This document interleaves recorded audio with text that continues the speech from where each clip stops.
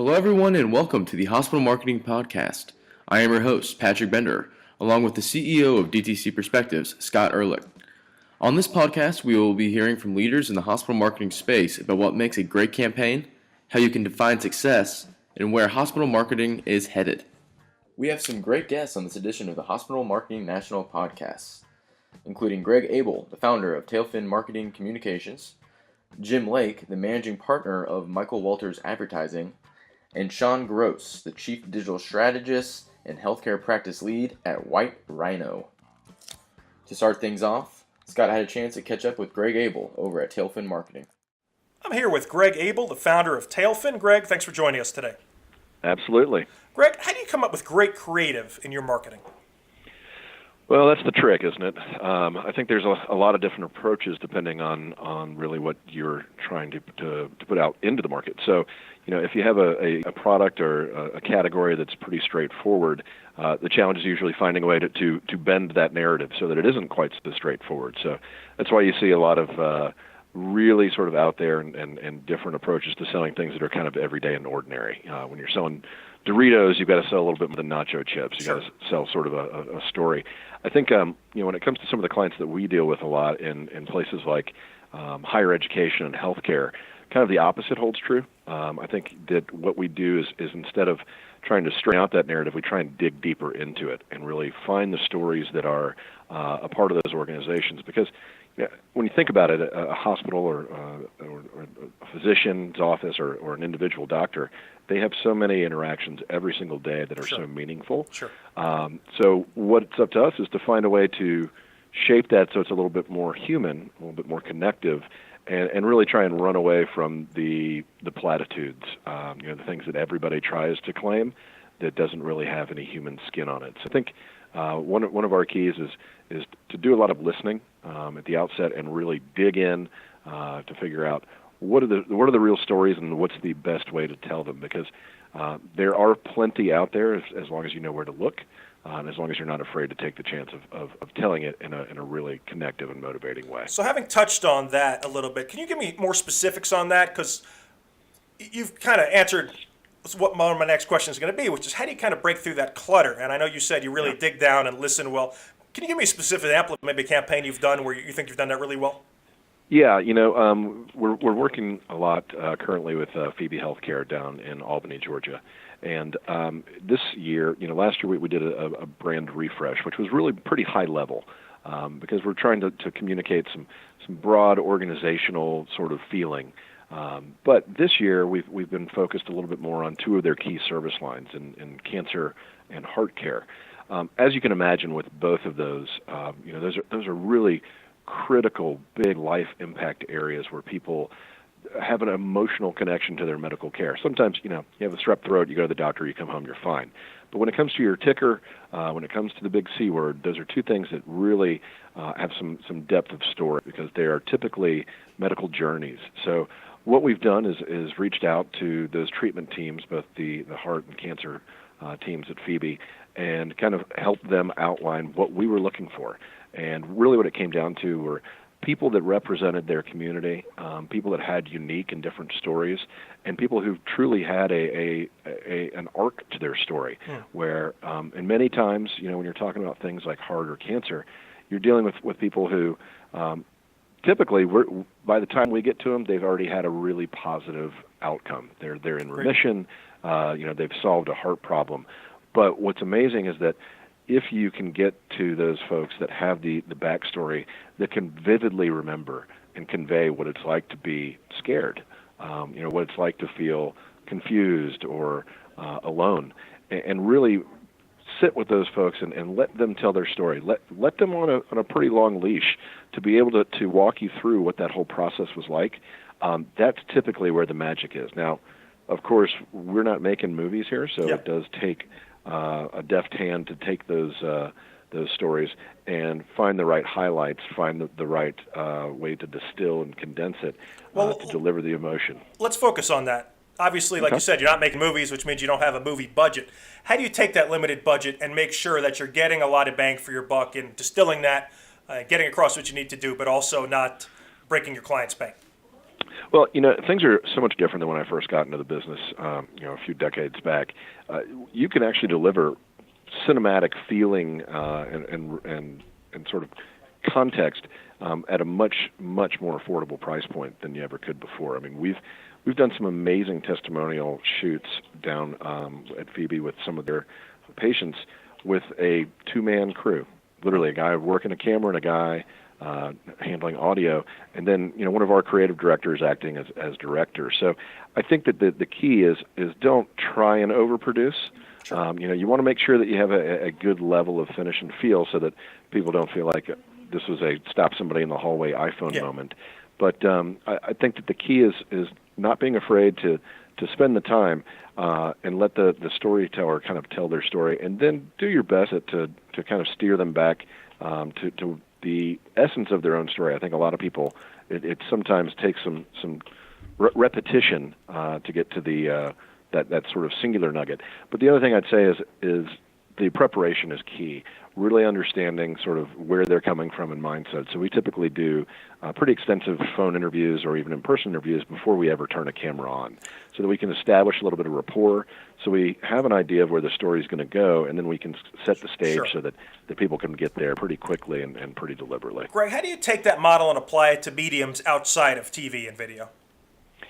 So it's interesting. I think that when we say TV and video, and we think so much about how we can capture the same essence that we have in a 120-second video in a 15-second snippet that is online, or that is in a keyframe that we use via social, or that is in an outdoor board. In fact, what we did with that recent series with the heart and cancer patients is we would end up shooting photography in parallel as we were shooting away for video, so that we can capture these people in their element and in the midst of their story. So you kind of get a snapshot, almost a screen grab of what that larger cinematic story is going to be. And then we can use those in outdoor and certainly in print. In print and online, there is still plenty of room. People still do sometimes read. So there is plenty of room to take that cinematic story and make it more of a feature article as well.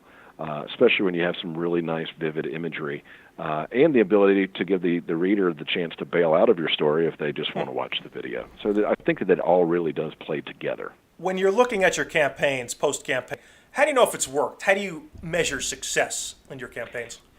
Yeah, well, so there's the direct and there's the indirect. So indirect, we look at preference data that we track each month.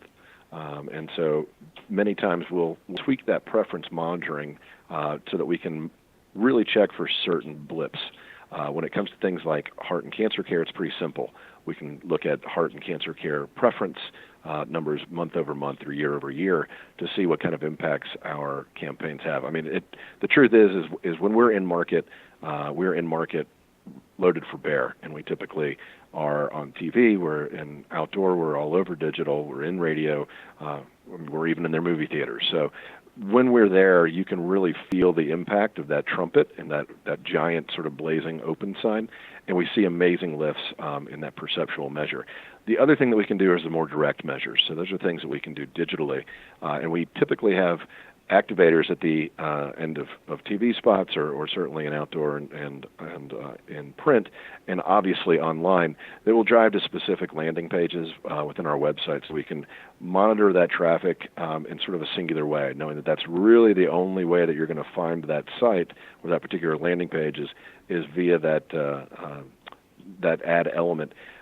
Then again, we also can look at things like social interactivity and overall site traffic. You can really, again, see that tangible boost, and we have enough tracking capability that we can see what they do once they come to the site. So, and many times we can track all the way down to lead generation to understand that this didn't just create a warm feeling. It didn't just create a sort of a browsing or research event. It created a real connection where we're putting a patient in touch with one of our healthcare providers. And Greg, final thought, getting back to what you mentioned before, marketing's changed a lot since you got into this, you said. How do you see it changing in the future over the next decade? What would you think a great hospital campaign is going to look like in, say, 2025, 2030? I wish I had the crystal ball to tell you that. Sure, we all do. I think that what is I guess scratching at the back of my brain lately is how do we try and break down some walls, because there is still what I like to call the waiting room effect. That there's something that's happening behind that wall that you don't know, you can't see, and you can't understand, and it still causes a lot of confusion for people. So I think finding a way to inject more of our providers' knowledge base and humanity into a non-one-to-one personal experience. So some things that, I'm not saying that it's augmented reality, that you can kind of take a tour of a hospital, but it may be.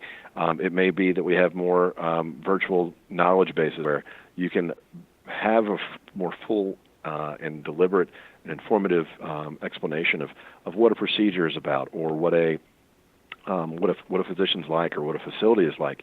And I also think that you can do some of those same things to establish a more robust community. We have a number of communities, but they're typically a little bit more focused on things that are very specific, like a specific sort of cancer. I think that there may be opportunities to have an expanded community that is enabled and empowered by the hospital system or by a physician to really enhance that. Last but not least is, just from the content that we're thinking about and that we've already been putting in play, especially via our social channels, it's really shifting people from the mindset of hospital or physician or doctor's office as a place you go when you're sick, and instead thinking more about it being a day-to-day interaction that you would have to find ways to continue to be well. And I think that's the real key, is to shift people's thinking from a healthcare provider as a source of remedy, and think of it more as a source of life enhancement overall. And I think there's a lot of technology steps, Sure. whether those are apps or, again, some of those online communities or content sources that can really go a long way to do that. Greg, I appreciate it. Thanks so much for taking the time. Absolutely. Great talking to you. Thanks. Thanks, Greg. Appreciate it. Next, Scott had a chance to speak with Jim Lake over at Michael Walters Advertising. Let's see what Jim had to say. I'm here with Jim Lake, the managing partner of Michael Walters Advertising. Jim, thanks for joining us. My pleasure, Scott. Jim, how do you come up with great creative in your marketing? I believe great creative starts with great storytelling. And what you really need to do to be a great storyteller is to listen to your client, but not just accept their answers on the surface. Really dig deep into what makes them want to get up and come to their hospital every day, what makes them feel like they're different. And when you can tell that story, then that's going to appeal to the consumer. Can you give a specific example of maybe a campaign you're really proud of that did that, you think, exceptionally well? Yeah, absolutely. We did a campaign for Adventist Health where they were undergoing a rebrand. They were initially San Joaquin Community Hospital, and they were known that way for 100 years, and they were being rebranded as Adventist Health. And while we wanted to promote that brand, we didn't want to lose that small town Bakersfield community feel. So we ended up telling the story through actual residents of Bakersfield, actual staff of the hospital, and really gave it that air of authenticity that while we're undergoing a new brand and we are expanding our service lines and our offerings, we're still that same great community partner that you've come to count on for the last 100 years. Jim, when the entertainment field's getting a lot more crowded, you see more billboards, more TV commercials, more radio ads than ever before. How do you break through that clutter and come up with an ad that stands out so it resonates with potential customers?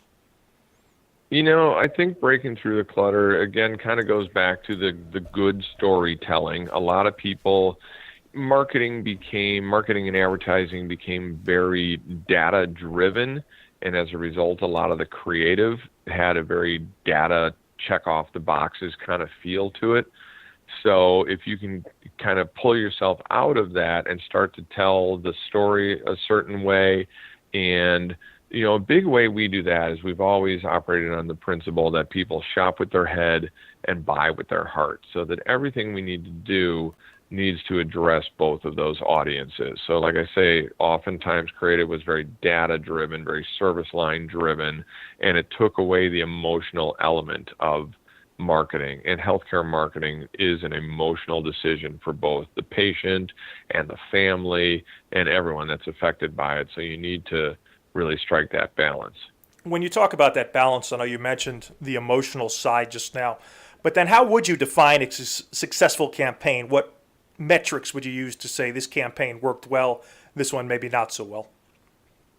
Yeah, no, definitely. The way we define that is when we're given our KPIs before we ever create a single ad. So it may be increase this service line by X percent. It may be increase this patient volume, or it may be a little more brand specific, like increase hospital awareness, hospital preference. So it really depends on what the KPIs are.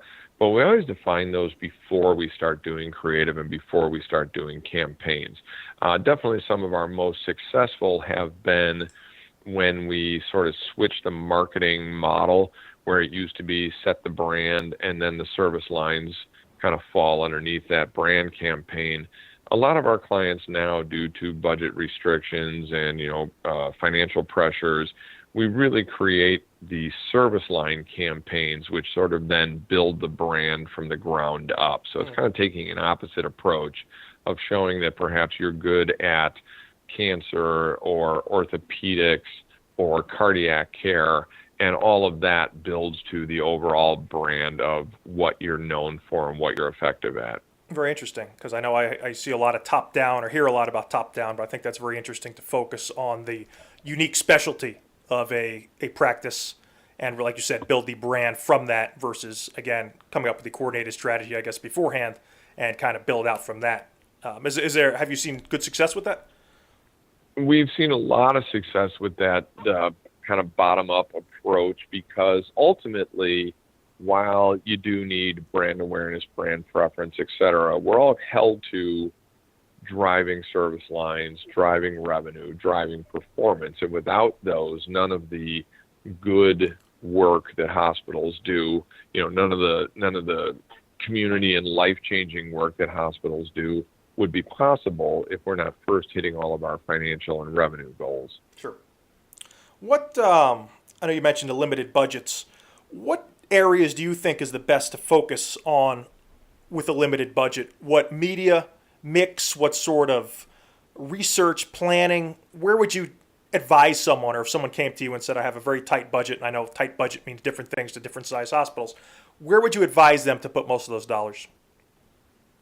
Well, I would never advise anyone to put most of their dollars in one particular medium. We have a model that we use called tradigital marketing, where we use our traditional marketing, television, radio, outdoor, to drive digital effectiveness. And, study after study after study, and all of our clients have proven that to be a successful strategy. But then we kind of follow the infinity loop, where we take those digital learnings and really start to fine-tune our traditional buy as well. So they have to work hand in hand. A lot of agencies will have a traditional side, and then they'll have another partner for the digital side of the equation. I believe they have to be integrated and continually speak to each other and allow each side to be more effective. So if you have a limited budget, perhaps you have to put more weight towards the digital side.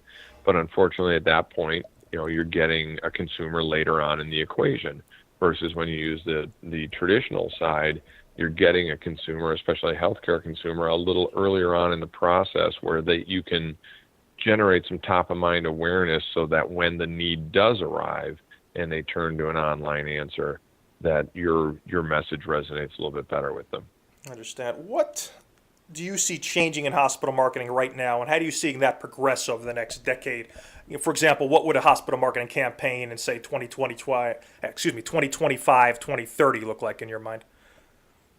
I think healthcare in general is going to have to move to a more proactive model. When you really step back and look at the healthcare model in general, we get paid when people get sick. We get paid when people get hurt. And that's kind of a counterproductive model. But unfortunately, that's the way government payment and insurance payments have been structured. But I think ultimately going forward, healthcare in general is going to have to move to more of a proactive approach. And I'm not even saying that just on a consumer perspective where we'll help people, with pre-diabetes have a better diet, things like that. It's going to need to be a larger community engagement with helping to end poverty, helping to end hunger, helping to end a lot of the societal factors that lead to people needing healthcare in the first place, but figure out how hospitals can then be compensated for that so that they're able to perform those services. It sounds like a challenge on a few $100,000 budget, huh?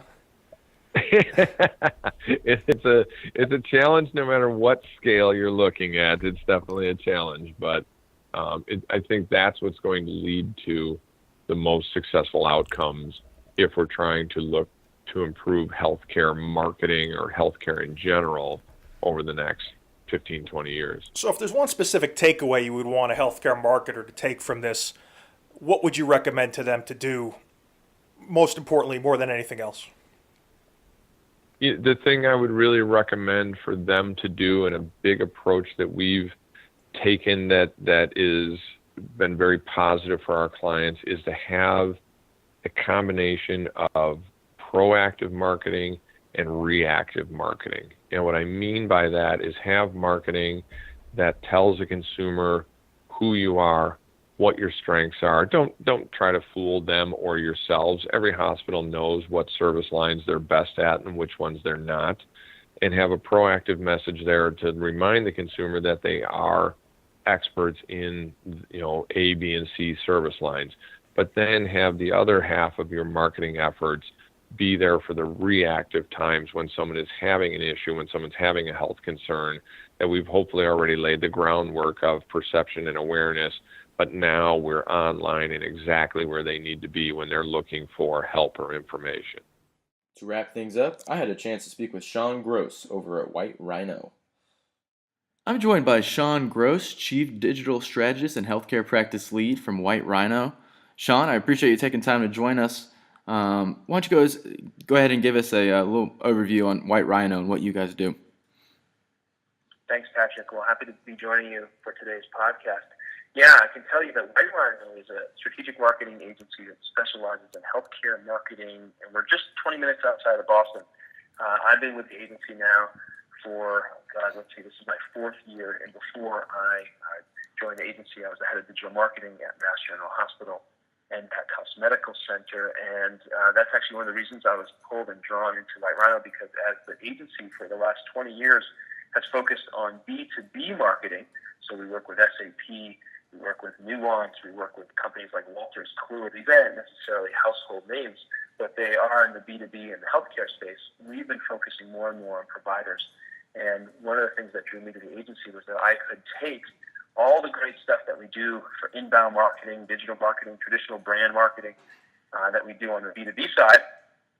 So what do folks with big budgets like SAP and Nuance and HP do? Right. And how could I bring that to my healthcare provider clients? Because as a former healthcare client marketer, I would definitely, admit to being sometimes 5 to 10 years behind the curve. And the fun part is that I can steal a lot of those great ideas from our B2B practice and apply them to healthcare. The agency focuses in both traditional, what I think of as traditional marketing, but also in digital health. And certainly on today's podcast, we can get into more about what that digital health marketing means to our clients. Right. Well, why don't we go ahead and just go right into that? Obviously, we've seen such a large shift from traditional media into digital. What types of ways does White Rhino use digital in their creative in order to improve marketing of hospitals? Yeah, absolutely. Well, I will tell you that when I first got here, the healthcare practice, the provider healthcare practice, not the B2B or the B2B health technology practice, but specifically the provider practice is still in its infancy. It's about 5 years old. And we would be doing things like traditional brand campaigns. So that might be TV and radio, and melding that as an integrated campaign like we see often with a landing page, and maybe there's search and social ads.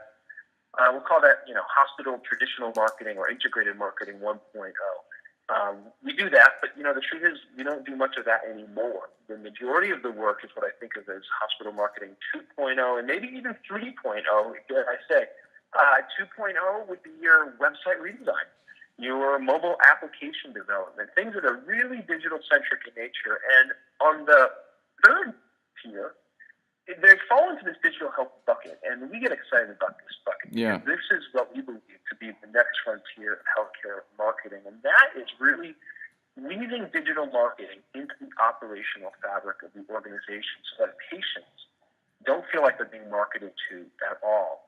The truth is, you wake up in the morning and say, I'd like to spend time on my hospital website today. And you also are a pretty savvy consumer, and you know how to tune out digital marketing.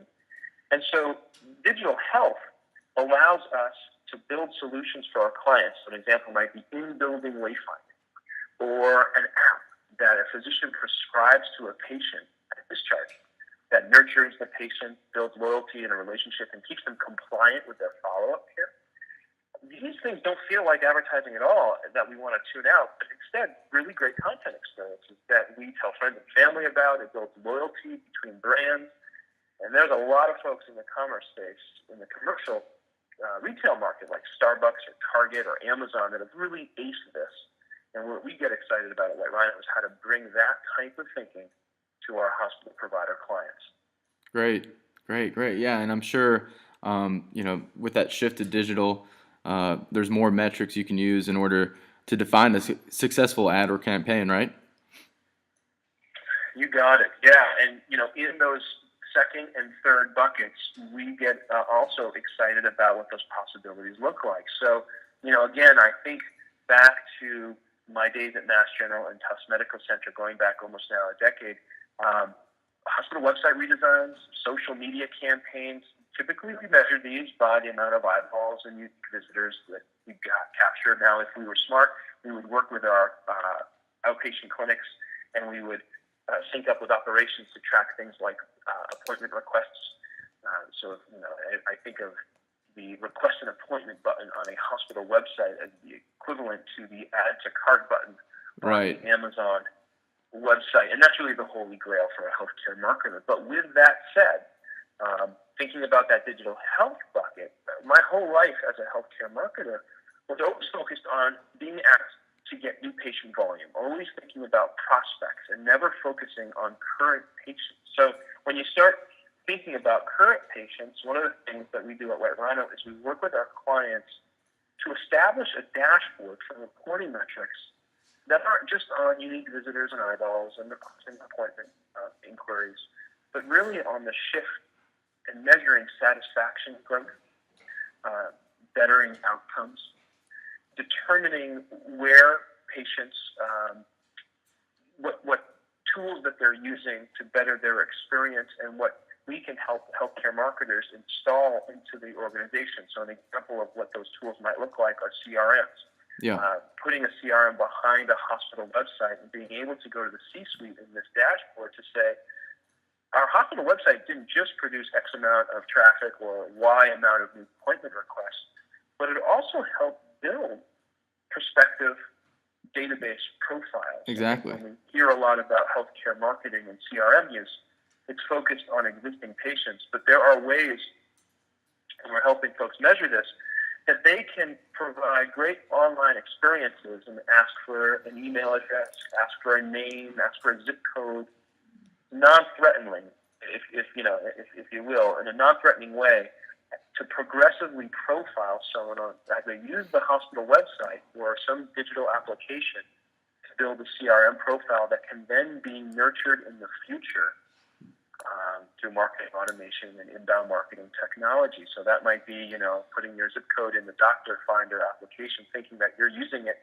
because you want doctors closest to you. But what it's really doing on the back end is it's building the first profile for Patrick.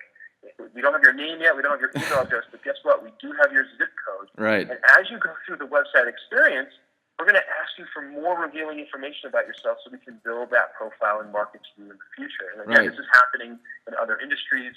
And so when we think about metrics and ways to evaluate success, we really want to push on that and really help healthcare C-suite leaders understand what the return on their investment can Right. look like in digital, because it can be so much more than bounce rates and average visitors and all that stuff that I think in the first pass, healthcare marketers were really focused on we're working with our clients to open up their eyes and let them know that there's so much out there to report on that C-suite folks care a lot more about. Right. And you could talk about, just 10, 15 years ago, hospitals weren't marketing themselves as much, based on the fact that people would just go to the hospital down the street from their house. But now it's, definitely more disease-centered and case-centered. Could you give me an example of a hospital that has come to White Rhino and asked you guys, we need to make this shift and change our marketing? Do you mind giving us an example of a hospital that you guys have worked with and maybe a campaign that you guys have worked on with a hospital? Yeah, absolutely. Going back, I think of two things, and I'll be quick on the first one because it's the second one that really speaks to that shift in digital. But I will say that even just recently in that first tier of what I think of as traditional or integrated marketing, we did a great campaign. You can learn more about this on whiterhino.com with Cooley Dickinson Healthcare. They are a system in central Massachusetts who had partnered with Mass General Hospital. The campaign we did involved radio, TV, website redesign, social media, and really great video that told wonderful patient stories about what it was like, big old Mass General, to roll on into town. People at first maybe were a little skeptical about would their healthcare get a little diluted with personal touch, get a little diluted with the big brand like Mass General rolling in to offer services in a small New England town. And so we told wonderful patient stories from the point of view of patients who had experienced what it was like to go to Cooley Dickinson now that there was this affiliation with Mass General. I think of that more on the integrated and traditional side of marketing. That was just maybe a year and a half ago that we did that campaign together. Thinking digitally, we also worked just I think we launched this maybe just 12 months ago with Overlake Medical Center just outside of Seattle. Okay. It's in Bellevue, Washington. And they are living in what they had thought of themselves, and rightly so, as maybe the second most wired place in America outside of Silicon Valley. Bellevue, home to places like Amazon, Expedia, Nintendo. Wow. T-Mobile has offices there, and of course Microsoft, headquartered in Redmond, just a few miles away. This brings a truly world-class population of what I think of as highly technically, highly wired and savvy web users. And Overlake Medical Center knew that its static, brochure-like website was no longer cutting it, especially when we helped them do some market research to get a pulse for what their audiences were saying about that website experience. Especially, so we helped them reimagine. Oh, sorry, go ahead. No, I was going to say, especially considering the neighbors that they had, in the area of the country they definitely need to pick up with the times, it sounded like, right? The clientele, it's so true. I mean, there was this aha moment of like, the clientele we have expect great experiences from their websites, from their brands that they interact with, whether it's Amazon or Google or JetBlue.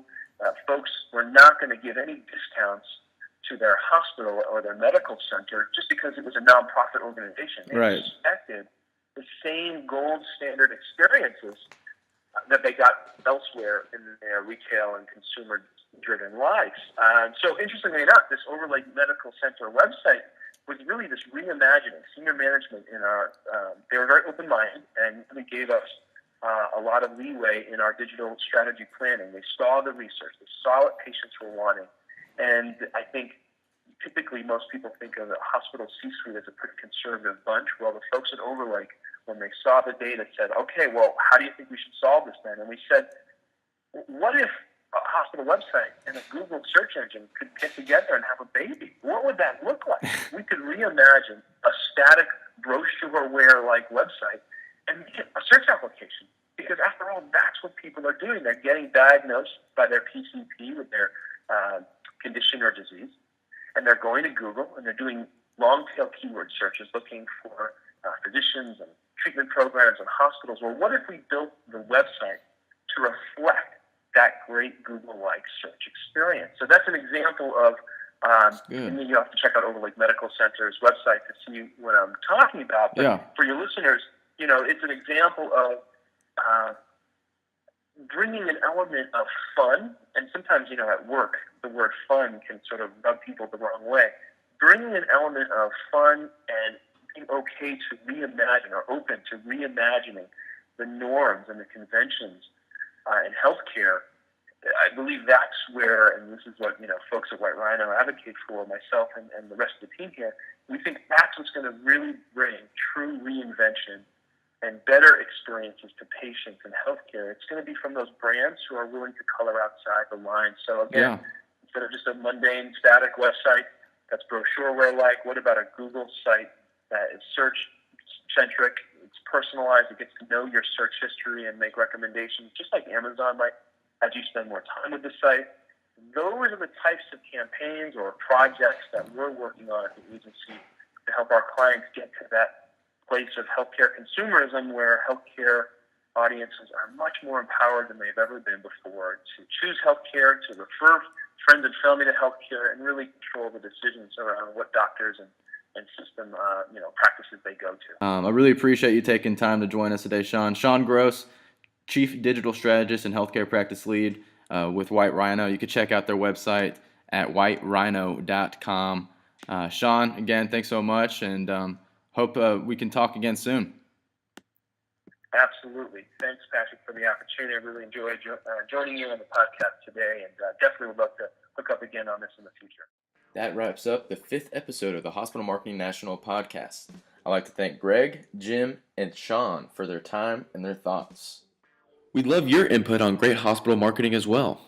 Please email me to participate in our show with your thoughts at patrick@dtcperspectives.com. And don't forget about our great event, the Hospital Marketing National Conference, taking place in Atlanta in early June 2018, where we have great speakers like these presenting their approaches to marketing, what works and what doesn't, case studies, marketing research, plus awards for some of the best hospital marketing campaigns and hospital marketers. You can get more info on that at www.hmnconference.com. For all of us at DTC Perspectives, thanks for listening to the Hospital Marketing National Podcast. For Scott Ehrlich, I'm Patrick Bender.